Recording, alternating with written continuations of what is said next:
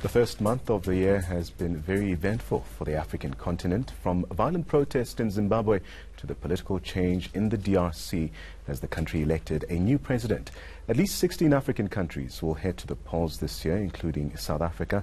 To help us make sense of the news on the continent, we're joined by Africa analyst Jean Boissard. Jean, welcome to the show. Thank you, Ntla.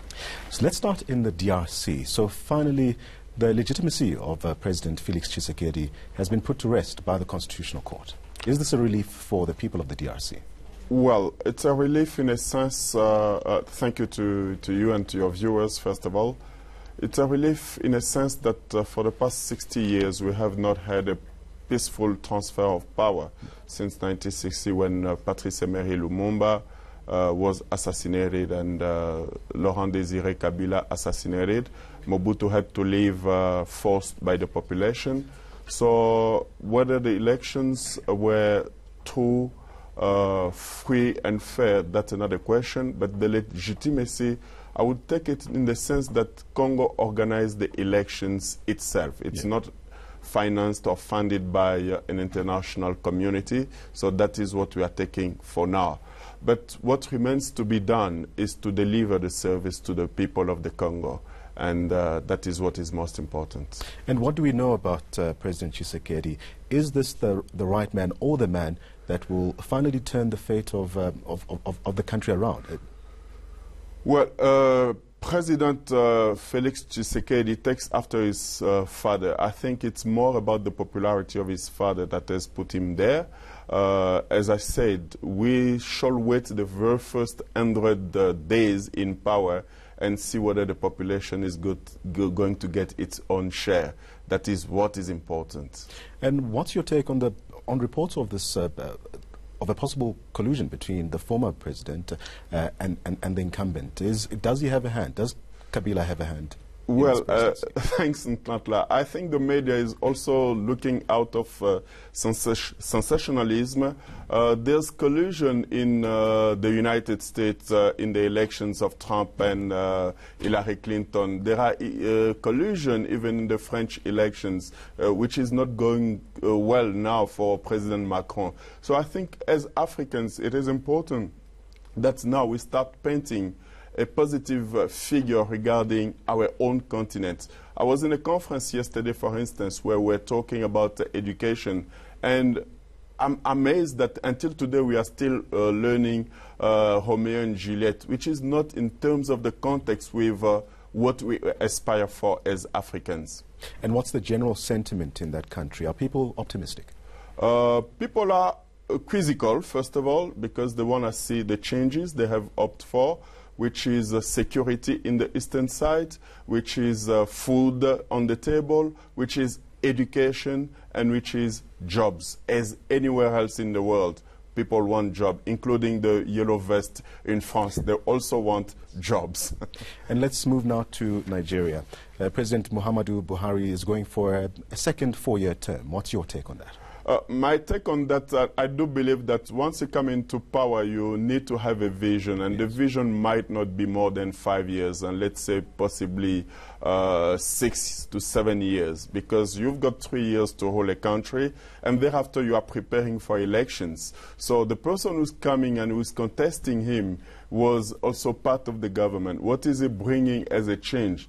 And we must understand for African leaders, Buhari has been in power, but most of the time he's been in hospitals overseas. And when he goes in hospitals, the country is not being run because it doesn't leave anybody to run the country. We have to wait until him. We put the country at hold. We put the entire population at hold. So for me, I think Nigerians need to make a change. There's a woman who is contesting for a gubernatorial position. Let's hope that if she could go for the presidency and see whether they would have a change the same way Sir Helena Johnson did in Liberia. And Liberia has got a football players now. So I think that the 20 countries that are coming on board, and this is a narrative that I'm trying to put across for the viewers.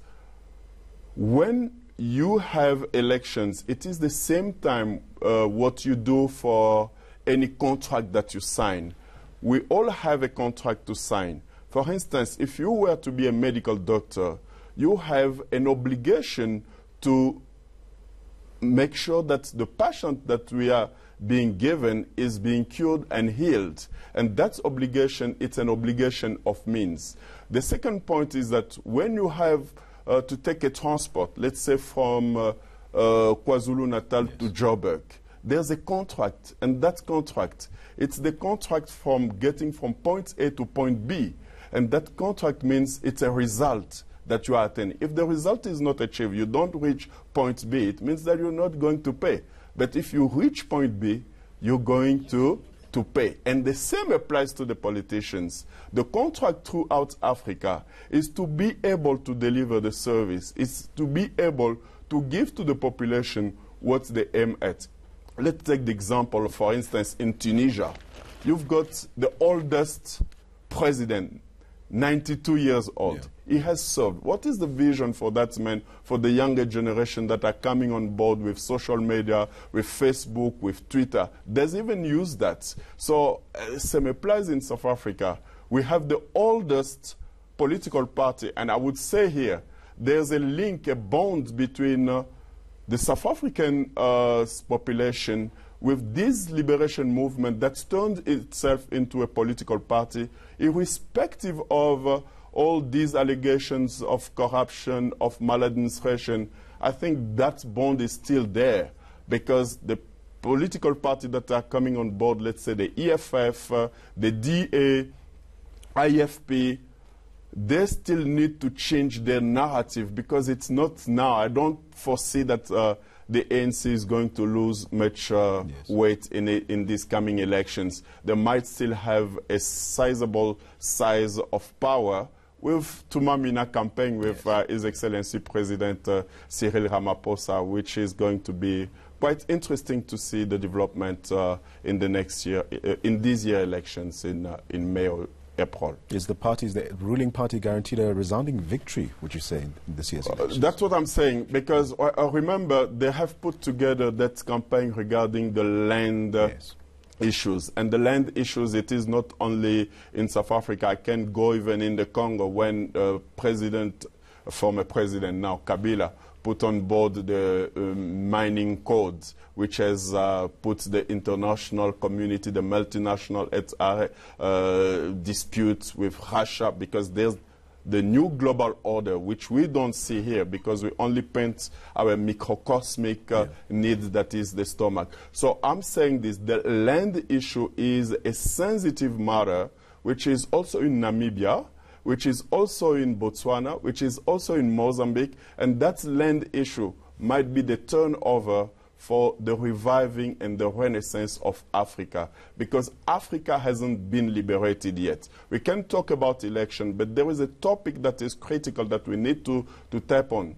That's the topic whether it is democracy versus independence. And when I mean independence, it is the independence the forefather of 1963 signed for. Are we really as Africans independent?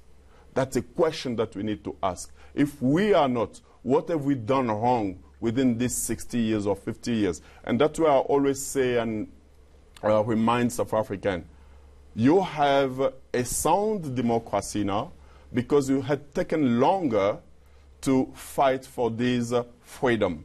But whether you have achieved it or not, I can tell you that you have achieved it because you did not destroy the infrastructure the colonizer left for you, because it's 5 centuries of slavery and 5 centuries of colonization together, so which means in actual fact we had been dehumanized.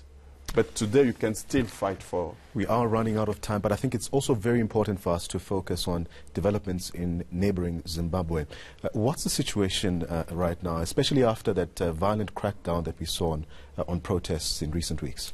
We condemn violence at its most because some of us in South Africa, including South Africa, the product that we're having today, crime here, the shot here, domestic violence, it's part of that violence that the politicians have infused into the people. So we would first of all call upon Mr. and President Mnangagwa, first of all, to appease the people so that the people at least can have a relief to bring peace and stability so that the investors can come to the country.